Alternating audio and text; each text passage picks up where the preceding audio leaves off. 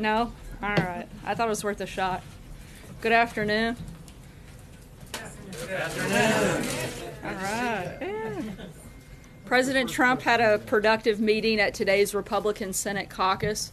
The president discussed the urgent need for the Senate to focus on cutting taxes for hardworking American families.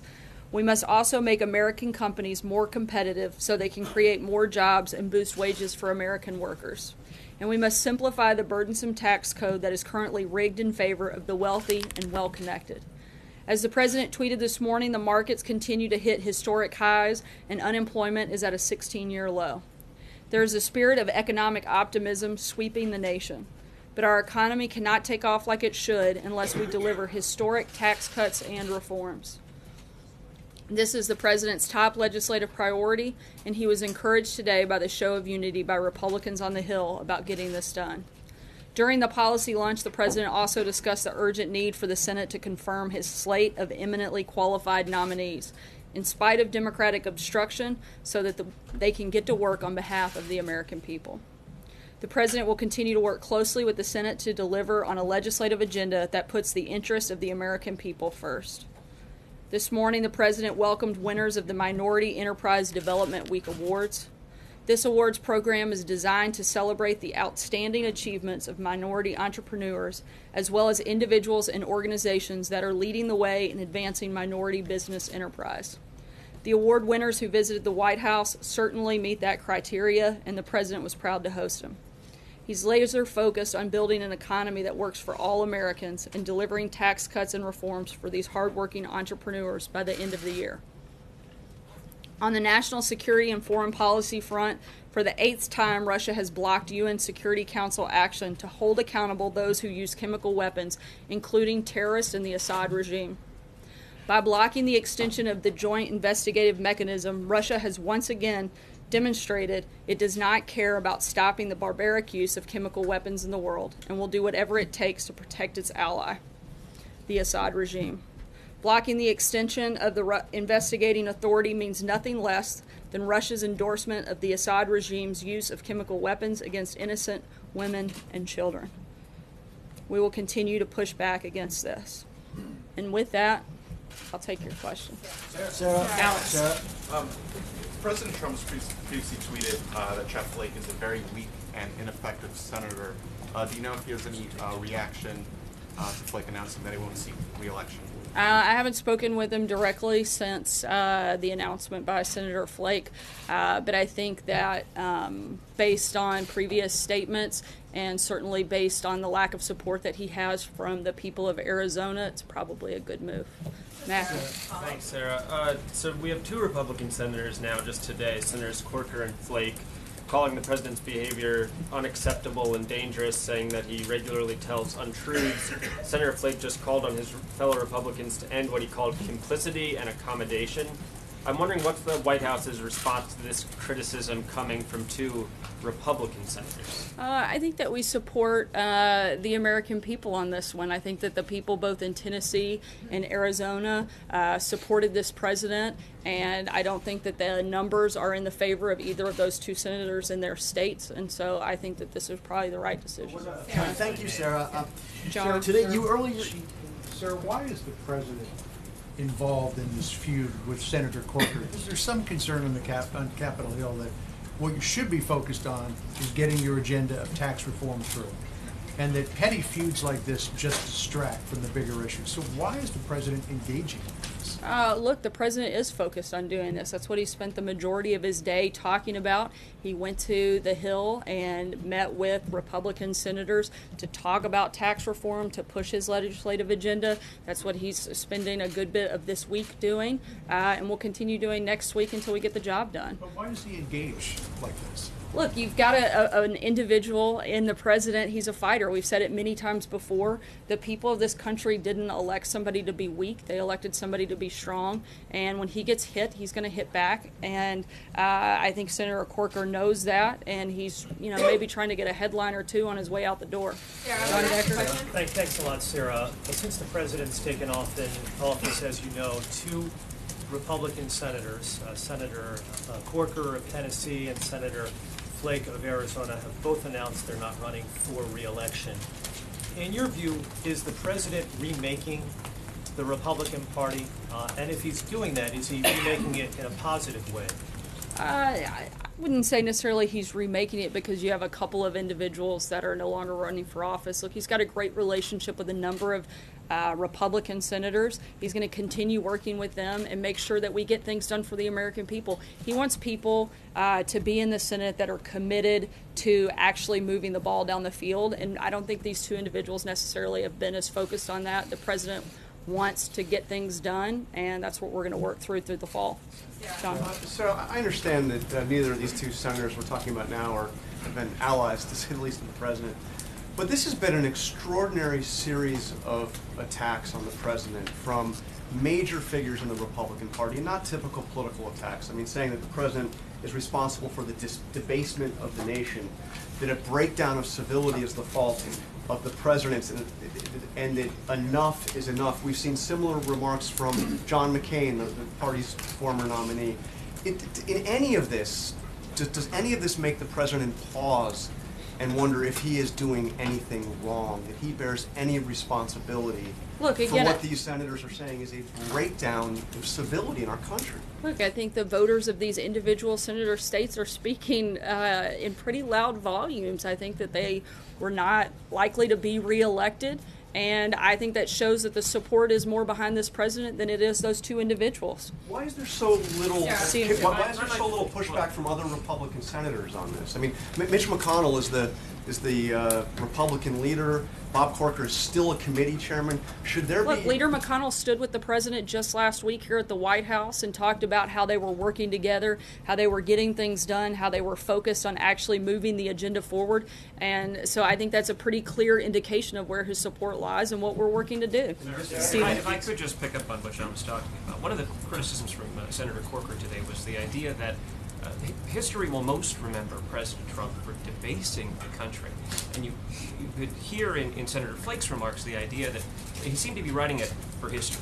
How do you think history will view not only the remarks of the two senators today, but also former President Bush last week? I certainly think history is going to look at this president as somebody who helped defeat ISIS, who built an economy that was stronger than it's been in several decades, who brought unemployment to a 16-year low, who's created over 1.7 million jobs since being elected. I think those are the things that people actually care about, not some petty comments from Senator Corker and Senator Flake. And I think they're a lot more concerned about the big policy initiatives that this president is driving, including historic tax cuts, which we're going to get done by the end of this year, and then start focusing on some other things. Those are the things this president will be remembered by, and I think those are pretty good, certainly good facts, and ones that we're happy to stand on.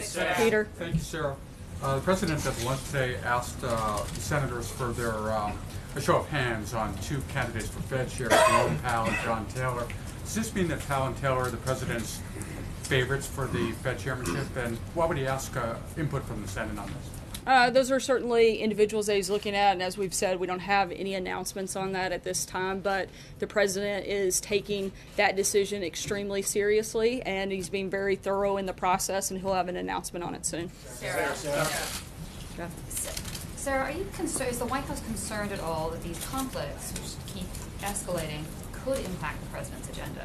I mean, specifically, could, for example, Senator Corker, if the president continues to, lash out at him like this, could that prompt him to, do things that can be detrimental to the tax cut? I would hope that Senator Corker is more focused on getting things done in his final months. And so we hope that he'll be very supportive of the tax cuts and tax reforms that the people in his state have demanded and, frankly, elected him to go to Congress and help do. So I want to pick up on that because the president in two different tweets today had said that Senator Corker was fighting tax cuts. Those were his words. Will now fight tax cuts and is now fighting tax cuts. But there's been nothing public from Senator Corker that he might be against tax cuts. So what exactly was the president suggesting or referring to there in those tweets? Has Senator Corker privately told the president or the White House that he's against tax cuts? I don't know that he said he's against them, but he certainly indicated his unwillingness at this point to really step forward and work with the administration on getting things done. We hope that he will come around and certainly vote for tax cuts, as the people in his state have demanded and requested and pushed for him to do such. Does the White House Francesca. think that Flake, McCain, and Corker will eventually vote for tax cuts? All three of them? Because you need all three of I them? certainly think America hopes they do. Thank you, Francesca. Sarah. Last week I asked you if the president wanted Senator Corker to resign, and you didn't want to go there. In light of everything that has happened since, has the White House changed its position on that? And at the very least, does the president think that Senator Corker should step down as head of the Foreign Relations Committee, especially since Senator Corker told CNN today, and I quote, that he wants to investigate some of the things that he is purposely breaking down, he being President Trump? Look, I think that's a decision for Leader McConnell in terms of who has those chairmanships. That's not something for the president to determine. The president doesn't think that he should step down or that he should resign? I haven't spoken to him specifically about that, but in terms of how the chairmanships are decided, that would be up to Leader McConnell. John? Okay, thank you, Sarah. Two questions. There is currently a contested primary for Senator Corker's seat. Congresswoman Blackburn facing former Congressman Fincher, and it's almost inevitable there will be a contested primary in Arizona. Dr. Ward not going to be left to get the nomination. Will the president take any role in the nomination process there? As I've said many times before from the podium, I'm not going to weigh into any political races and whether or not the president will engage. It's not appropriate for me to do from here. Charlie? The other thing, Sarah, is that in his penultimate salvo on Twitter, the president said that Senator Corker asked him to be Secretary of State and he refused the request. That's a pretty serious claim because no one really has been proven to have asked for a job in modern times like that. Did Senator Corker actually ask the president to be his Secretary of State? That's my understanding, but I don't know much beyond those initial comments. Charlie? Is the president confident that Majority Leader Mitch McConnell can hold the Senate caucus together? Yes, he is, and he thinks that we're going to work together with Republican senators, particularly Leader McConnell, to get tax cuts and tax reform done this year. And is he upset by senators? Why does the White House and the president specifically continue to say that Senator Bob Corker helped President Obama on the Iran deal when the facts clearly say that's not true? Actually, the facts do say that it's true. It was Senator Corker who wrote the INARA legislation that legitimized the Iran nuclear deal. Despite lacking the votes to ratify the flawed Iran deal as a treaty in the Senate, Corker's bill rolled out the red carpet for the Obama administration, gaining congressional approval without the necessary votes. He may not have voted for it, but he certainly helped make it happen. But he didn't vote for it. But I mean, he the Washington helped allow Post it has to given take 4 place. Pinocchios on this. If you look through And it, as I've Senator said many Corker times says it's a before, I lie. wouldn't Why use the Washington Post as my source, Jeff. You Exactly, should know but better this than is that. true. When you go back and look through Jeff this, the Mason. White House clearly is not telling the truth on this. Why does the Actually- president continue to say that he helped President Obama with it? Because It's just he not true. did. He voted against it, though, Sarah. He voted against it, but he allowed it to happen. He put it in motion. He rolled out the red carpet, and he made it possible for it to move forward. That is a fact, and that is true. Jeff? Sarah, what do President Trump's advisors advise him about his use of Twitter? And on a separate, unrelated issue, is the president seeking to kill a deal between Boeing, or Boeing's a deal to sell planes to Iran Air? On the first one, I would say in regards to Twitter, as I've stated several times before from here, it's always a benefit for the president to be able to speak directly to the American people without any filter, without any bias. I think that's a positive thing. I think it's one of the reasons that the president is because he often goes directly to the American people, speaks directly to them, and I think that's a plus. And the second question, I'm not aware of that, any detailed conversations. I couldn't weigh into that right now. Sarah, on New Shara, and I'm not going to ask you to talk about the ongoing investigation, but I do want to say the commander of U.S. forces in Africa told Congress last March that he had only a quarter of the reconnaissance flights needed to do his job, and in fact, that did impact search and rescue missions. Is the White House concerned that U.S. forces in Africa do not have adequate resources and that could have contributed to what happened in Niger? And has there been any outreach by the White House to Nigerian officials? As always, the safety and security of our military is a top priority. In terms of specifics, we're going to wait until that investigation is completed. As General Dunford said yesterday, we're going to make sure that we get full and adequate answers for not just the American people, but for the families of those that were lost. And we're going to continue to do that. The administration fully supports the Department of Defense in that process. Has there been outreach from the White House to Niger? I'm not sure. I'd have to check and circle back. April. Sarah, back on Niger, an offshoot. The widow of Sergeant LaDavid Johnson is concerned that there may not be remains in Corker. What does this White House say as she is not able to get anything more than dog tags as it relates to trying to put to rest all of this? My understanding is that the family can request to see those remains, and that would be a process handled through the Department of Defense and the casualty officer, and I would refer you to the Department of Defense for specifics on that. And one last piece on another subject really fast. Beyond personality, beyond the president's personality, beyond Flake, beyond Corker, beyond McCain, at issue there's a divide, be it in the nation, be it in your own party. When is there an effort to unify? Because you have people saying in their own party, in the president's party, that the president is not helping to pave the way, and the path that the president's taken is wrong. When is there an effort for this president to start unifying, not just within the party, but with the country, because there's so many divides? Yeah, every day there is an effort to unify. I think you see that in the policy initiatives that this president is pushing. Tax cuts that affect everyone, particularly the middle class. I think that's something everyone should be able to rally around, whether you're Democrat or Republican. That should be something that brings everybody together. You look at the defeat of ISIS, you look at the growth of the economy, you look at unemployment. These are all things that should bring our country together, and certainly things that this president has been focused on and will continue to be focused on moving forward. Sarah, the president is likening his tax cuts to what Reagan did, but as we all know, after those 1981 cuts, there were a series of tax increases, including the Social Security payroll tax increase, which affected middle-class Americans. Today, Social Security's fiscal situation is far more dire. What does the president have to say about his intentions when it comes to these entitlements once these tax cuts go through? Look, the president said that he did not want to impact Social Security and wanted to make sure that we protected that. The biggest thing he's focused on right now, though, are those tax cuts and making sure that they're permanent tax cuts that really impact and help the middle class, and that's his biggest priority. Cecilia? No changes? Thanks, Sarah. No changes?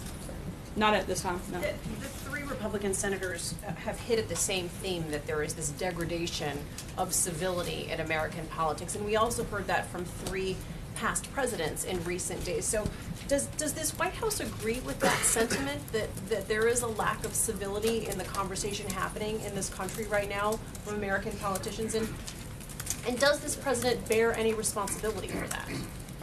Look, I think we, as I've said before, we can always do better. And we're looking at ways every single day, as I just told April, to bring the country together, to focus on policies that really help people, really empower people, and do that for all Americans. That's this president's, what he laid out on the campaign, and that's what he's been focused on since he became president. Thank you, Sarah. I wanted to ask you about the president's tweet in which he called Pastor Robert Jeffress a wonderful man. Given that there are 70 million American Catholics, why would he say that about somebody who's so viciously anti-Catholic? I'm not aware of Robert Jeffress being anti-Catholic. I know that he engages with the Catholics in his home state on the regular basis to participate in events like the March for Life. Those are the only actions I've seen him participate in, so I couldn't comment any further on that. Brian? Sarah, thank you. One of the aspects of civil discourse is for people in the discussion to acknowledge when they've made misstatements. And there's a pattern in this White House and with the president that when they make misstatements, those are not corrected. For example, the chief of staff came out here at this podium and mischaracterized the speech by a congresswoman given at an FBI building dedication. Why won't the chief of staff or you right now acknowledge that that was a mischaracterization and correct the record? I don't believe that General Kelly mischaracterized. He gave his account of what took place. General Kelly and his family have made the ultimate sacrifice for our country. I think he's led with honor and integrity. I think he's doing a great job of Chief of Staff, and I don't think he has anything to correct or apologize for. Just to follow up, Hallie? Why wouldn't, even if President Trump meant to console the widow of Sergeant Johnson, why hasn't he or anyone from the White House apologized for how she took his call? She took his call as insensitive.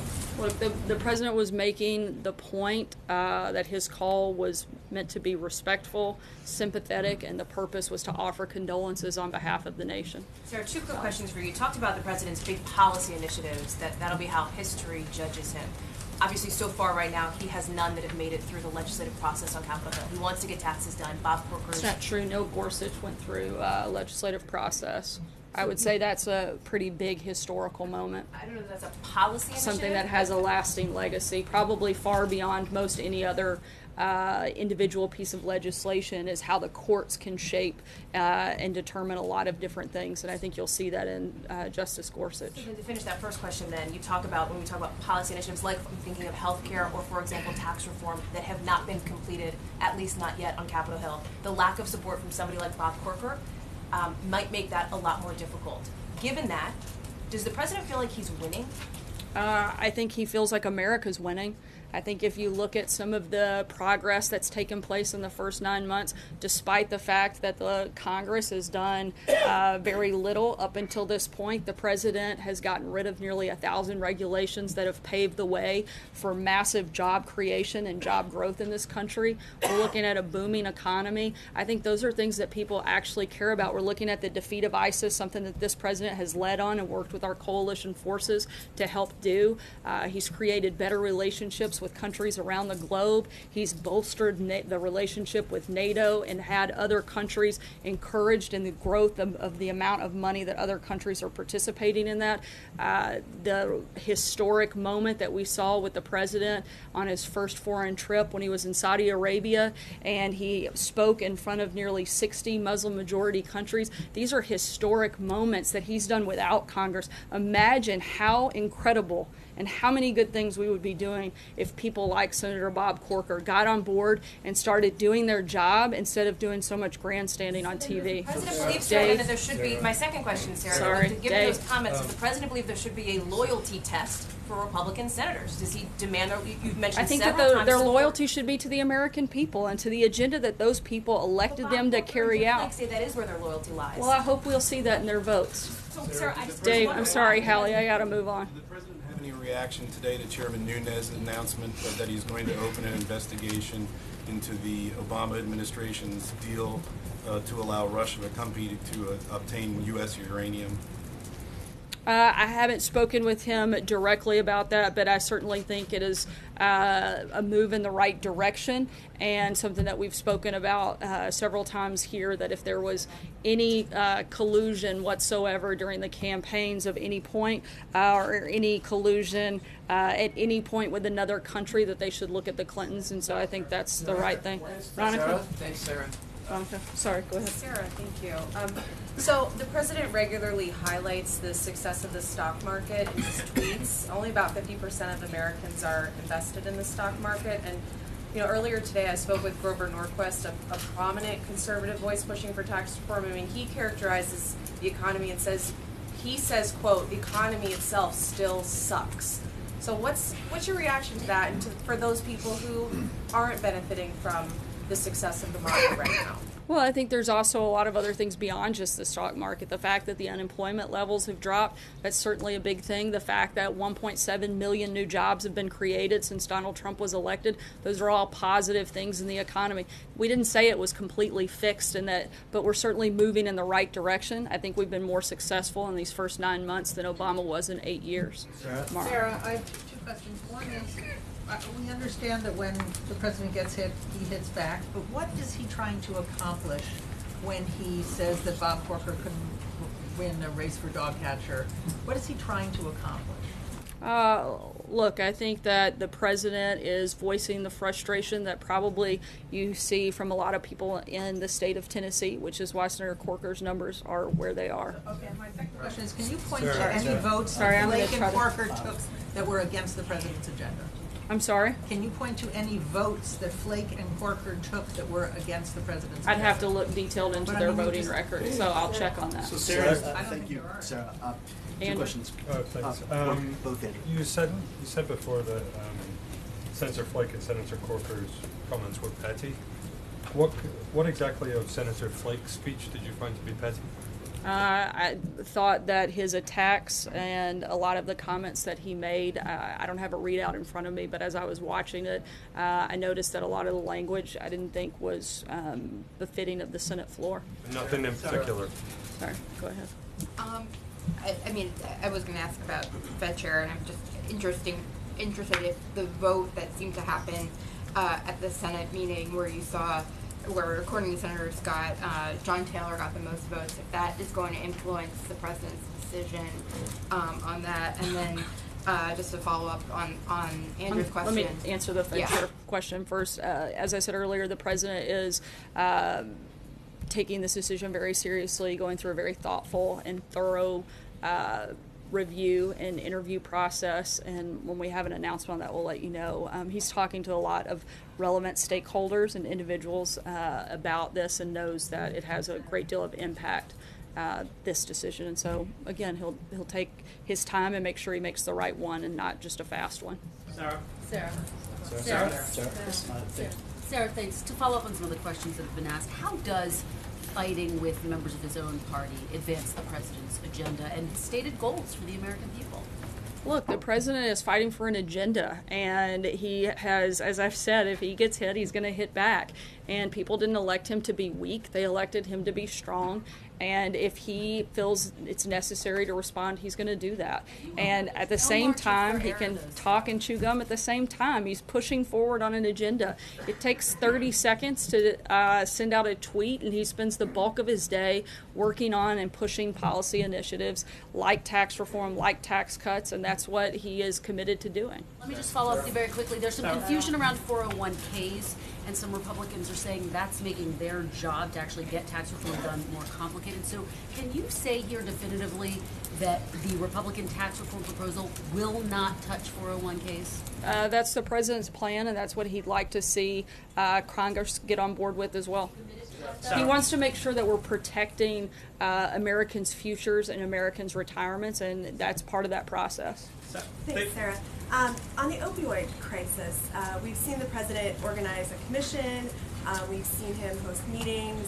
He's used the word crippling, the words national emergency. We've seen the administration put more resources into law enforcement. And we've seen him take on this message of telling kids just not to start. But advocates for those who are addicted say they feel like they just haven't seen enough work towards helping people who are currently addicted.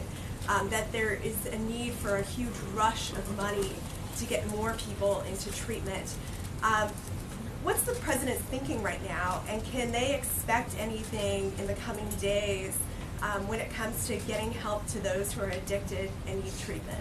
Absolutely. This is obviously a growing epidemic that the president is very committed to fighting against. He has been working with his policy advisors and his team diligently and all of the relevant components and agencies, and you'll see some more details on those efforts by the end of this week, and in the next couple of days, some specific announcements that the president said he would have. Thanks so much, guys. We'll be around the rest of the afternoon to answer any follow-up questions. Have a good day. Sarah, why hasn't the president implemented the Russia sanctions Congress prescribed?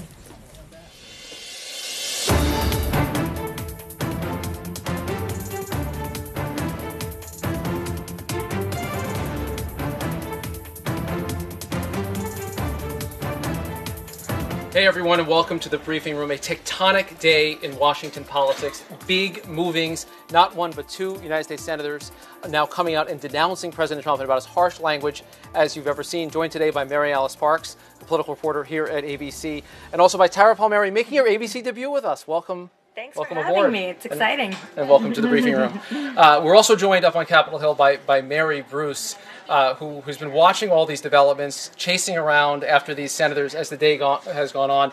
Wow is the word of the day, Mary. But let's start with Jeff Flake, that speech that he gave on the Senate floor. We just heard the White House. Their official word is that these are petty insults that we're hearing. But what was it like up there? It seemed like about as tense and as riveting a moment as you can imagine. Yeah, petty is not the word that I think anyone up here is using to describe this. This is an astounding, in many ways, possibly game-changing moment up here on the Hill, certainly one that will go down in history books. You have a sitting top Republican senator going onto the Senate floor and delivering a blistering indictment of the leader of his own party, laying out why he feels he has to, or he can no longer stay in the Senate, that he will not be running for re-election, saying that he can't be silent, that could amount to complicity, warning his colleagues that they can no longer expect the president to change his behavior, that just around the corner the president's behavior may change, that is simply not going to happen. And look, right after this really remarkable speech by Senator Flake, you heard the Republican leader Mitch McConnell come out and praise Jeff Flake. You heard Senator John McCain, no surprise, coming out and praising Jeff Flake. So while the White House may think that this is just another, jab from Jeff Flake, that is simply not the case up here. Tara, let's talk about this, because what a moment from Jeff Flake. The White House official word is no big deal here. Right.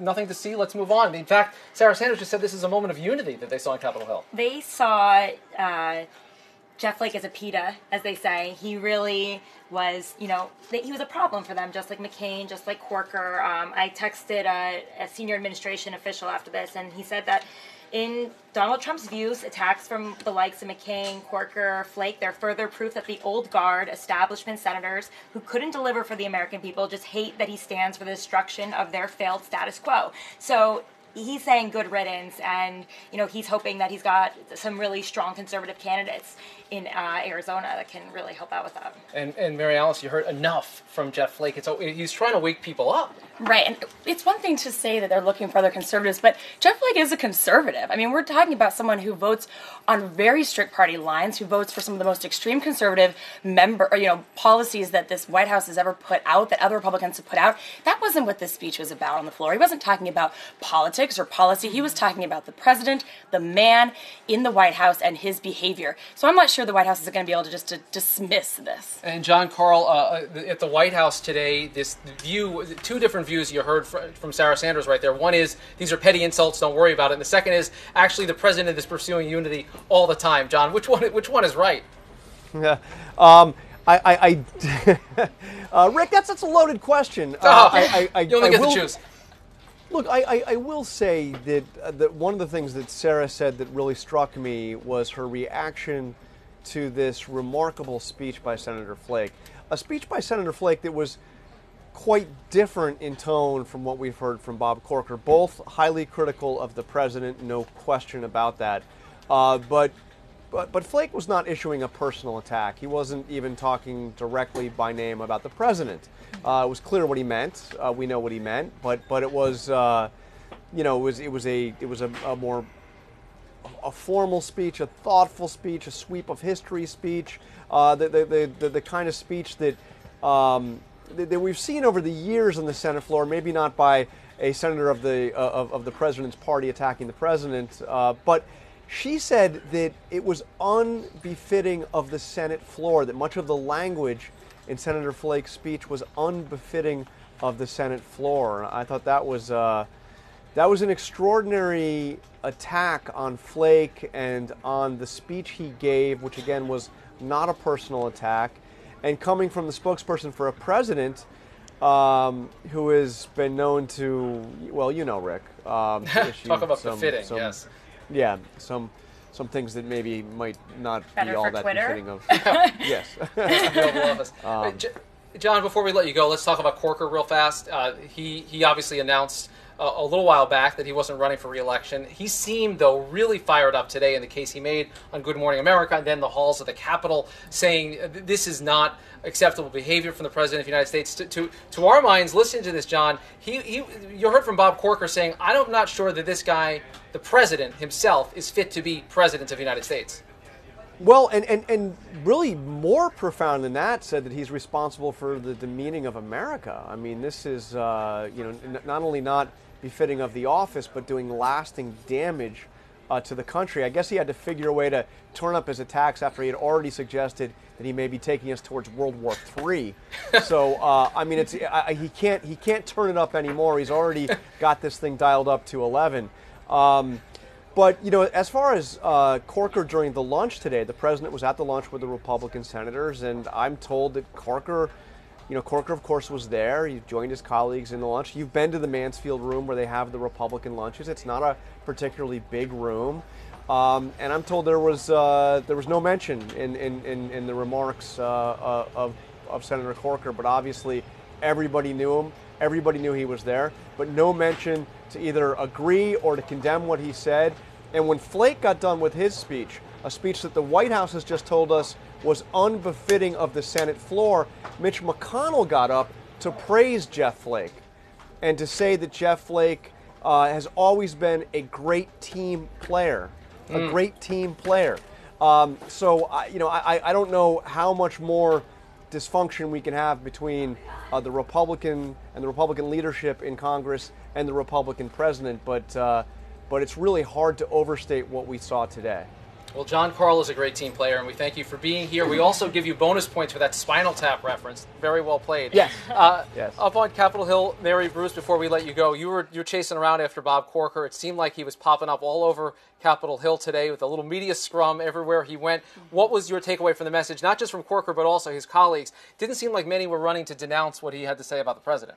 Yeah, look, what are we in now? Round 3, round 4 of Corker versus Trump. And once again, we're seeing his Republican colleagues not eager to take sides here. As John mentioned, there was meatloaf on the menu today, but not a lot of talk at that lunch about this feud between Corker and the president. But look, the big question remains, do these feuds hinder the Republican agenda? The president was up here to spend the day trying to rally the Republican troops behind tax reform. This day was supposed to be all about unity. How far we have come from that intention. And the question is whether all of these fights make it harder for Republicans to unite behind tax reform. In fact, I asked Leader McConnell that very question just about an hour ago, right before Flake came out and made this announcement. And Mitch McConnell insists no, that all of these sideshows and distractions don't have a real impact on the agenda, because he claims at the end of the day they all have the same goal here, that Republicans want to reform the nation's tax code and that they are still going to stay laser focused on that regardless of the tweets and the mudslinging and all of the name calling. But it's hard to see how this doesn't become a bigger issue. Look, Republicans up here don't want to be talking about this. They want to be talking about what they want to get done. Yet this is dominating the conversation. In fact, I had one other top Republican tell me, look, this is not a middle school lunchroom, that they didn't get together in this meeting today and hash this out. They're trying to get back on message. But man, after a day like this, it is really hard to see how they're going to do that. Well, I don't think they can get away with names like this in a middle school lunchroom. You might get suspended. Your middle school is way too nice, Rick. Yeah, exactly. Mary Bruce, we'll let you get back. I know it's a very busy day on Capitol Hill. We appreciate you being here. If they want to get stuff done, it's not just not being distracted. It's also getting some answers from this White House. They need to know what this president will back, which parts of tax reform he'll sign, what policy ideas, and healthcare too. And they were looking for answers like that. And we talked to a lot of senators coming out of that meeting that made it pretty clear that there were just no policy specifics discussed at all. Well, this White House is really banking on the fact that the public favorability for Congress is lower than the White House, and they think that they can just keep punching Congress and making them seem out to be these old stodgy guys who have done nothing for you for the past 50, 60, 100 years, and they think that they can bank on that and that Trump can actually ride to reelection. I mean, we'll see how long that actually works for, but it doesn't hurt them to slam Congress. It doesn't hurt them to go after even war heroes like McCain. I mean, clearly favorability numbers for Trump are sinking, but that's how they're processing this whole war. This was supposed to be the day that he rallied the troops around tax reform, the last best option they have to actually get something done. It seems like they went ways away from that with this twin bill attack of Corker and Flake. Yeah, and if all of a sudden, that might be the White House spin, but the spin on the Hill is going to change really quickly if Republicans start getting close to the holidays and know that they're going home without something to celebrate. They are totally freaked out about the idea that they're going to go home and have to talk to voters and say, we controlled Washington for a year and got absolutely nothing done. We're going to start to see more and more of them turning on this White House if they feel like they are defending an absolutely sort of productionless year. So let's talk about the political impact of these two men retiring, leaving the Senate, obviously, but they're going to be there for another year. But I want to ask you, Tara, about the reaction in Bannon world. So I know you've been in touch with some people Yes. over there. They already declared war on the entire Republican establishment. Right. They've made noises, as has President Trump, about challenging Jeff Flake. This is a second big retirement for them in the Senate to force. Right. I spoke to a source close to Bannon who said another day, another scalp. Another one said so much winning. In fact, they, found they thought that, senators like Flake are disastrous for this country because you have to remember that they want the wall built, and like Senator Flake is a little squishy on the wall, Right. and they have to. I mean, more than squishy. He thought the wall was a ridiculous idea. Right, and that is something that Trump railed on about, the wall, the wall, the wall. And Flake is a wall for him getting the wall. So, this is this is something they might be happy about. The problem is how strong is the conservative candidate that Bannon and crew are backing? Is this someone who can really, bring over the establishment as well as the far right and take on a Democratic challenger? And guys, I broke out the whiteboard for this one because the list of retirements that are specifically people that are either citing the Trump era or they're moderates that see this the wall the change is coming. Ross Letton, Trott, DeBerry, Dent, Dave Reichert out in Washington State, Bob Corker we already knew about. Now you add a big old Jeff Flake to this list. One question for me is, where do you go to actually get... No one can read that. I was going to draw a snowflake. That would have been a lot worse. They would love that, actually. That's what they call liberals, snowflakes, right? Where do you go to actually get things done if people like these are leaving? Now, this is a wake-up call to a whole lot of people, but if these are the names of the people... The adults are leaving the room, right? A lot of And what I'm reminded of is McConnell got this question over the weekend. We didn't need Jeff Flake's announcement. I mean, he was asked specifically about the threats from Bannon, and he said, yeah, that element of the party's been around for a long time, and it has a history of nominating candidates who cannot win in a general election. McConnell was freaked out about the idea of losing the Senate majority, and we didn't even think that we'd be talking about that, let alone the House. I mean, if we're really starting to put things like that in play, I think we're getting a little bit into the weeds of the politics here, but if we're really talking about that kind of conversation coming into next year, we're going to have a really different relationship with the White House. And Tara, is there any thought in the White House that you're losing people that are key deal makers? I think they're really banking on the fact that they're not being strategic about it. That's the thing. They're winning. They're looking to win. They're looking to win, but they're not thinking about the fact that they need those votes. Trump thinks he can get some Democrats on board to make up for these hard nose like McCain and Corker and Flake. That's wishful thinking, but who knows? He might throw in some, freebies and stuff, sausage, pork, whatever, into these bills to get these Democrats on their side. They actually claim they have a few, but if they don't get tax reform, they're all out, and it'll be a whole new landscape. It is notable that Republicans, not even more than Democrats, now some of those red state Democrats up for re-election aren't among those saying Trump is a disaster, Trump isn't qualified. It's some Republicans instead. Right, because they're trying to stay on his sweet side. Maybe the Democrats think they'll have better luck with him, like Chuck and Nancy. All right, let's wrap things up. Mary Alice, what'd you learn today? It's easy for us to want to go to the what does this mean? How does it impact the midterms? How does it impact the chance on tax reform? But I just think what we heard on the Senate floor was pretty big and pretty historic. People are going to play those sound bites, that speech over and over again. Every single word that Jeff Flake uttered. Not just in ads, you're saying. On programming for the next few days. I mean, every single line was thought out. He was trying to make an epic speech. He had something to say that clearly bothered him. And, the White House, like we said, can try to dismiss this as petty. But when you're talking about, this is Senator talking about the degradation of American institutions. None of this is normal. This is reckless and outrageous. We're not talking about another day, another feud. Tara, what did you learn other than it's a lot of fun to be in the briefing room, and it's great to have you with us for your debut? Well, every day things are going to be happening up to the last second. I mean, did we think that Flake was going to be on the rundown this morning? No. We thought it would be all Corker all the time, and it's just amazing how much political news matters right now, and how every single day this will be in the history books. The day that Flake took the floor and called it the degradation of America, and it's so cool to be here with you guys and break it down for everyone. So thanks for joining. It's great to have you. And to my mind, the way he says, "I rise today to say enough." Enough. Right. That is a clarion call to his party, to the country, because this is bigger than the politics of the moment. When you see guys like this, like Corker, like Flake, these are guys that have been around for a long time.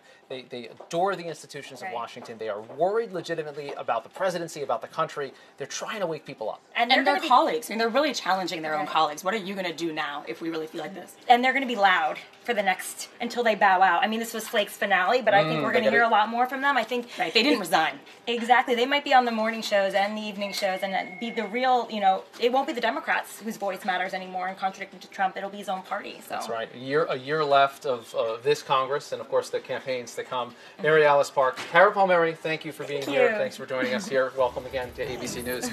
Please go download the ABC News app, sign up for Subscribe to the Note, coming out every weekday morning. That's it for us here from the briefing room. I'm ABC's Rick Klein. We'll catch you next time.